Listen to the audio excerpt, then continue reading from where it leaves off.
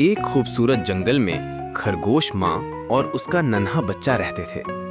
दोनों ने फैसला किया कि वो अपने घर के करीब सब्जियों का एक बाग लगाएंगे ताकि ताज़ा गाजर और मूली उगा सकें। वो सुबह सवेरे बीज बोते, पानी डालते और घास साफ करते। नन्हा खरगोश खुशी से अपनी माँ के साथ काम सीख रहा था। लेकिन एक दिन चालाक लोमड़ी आई। उसने बीजों को इधर-उधर बखेर दिया और कुछ पौधे तोड़ दिए। नन्हे खरगोश का दिल टूट गया। उसने कहा, अम्मी, हमारा सारा मेहनत का काम खत्म हो गया। माँ ने मुस्कुरा कर कहा, बेटा, असल हार तब होती है जब हम कोशिश छोड़ दें। आओ, हम दोबारा लगाएंगे।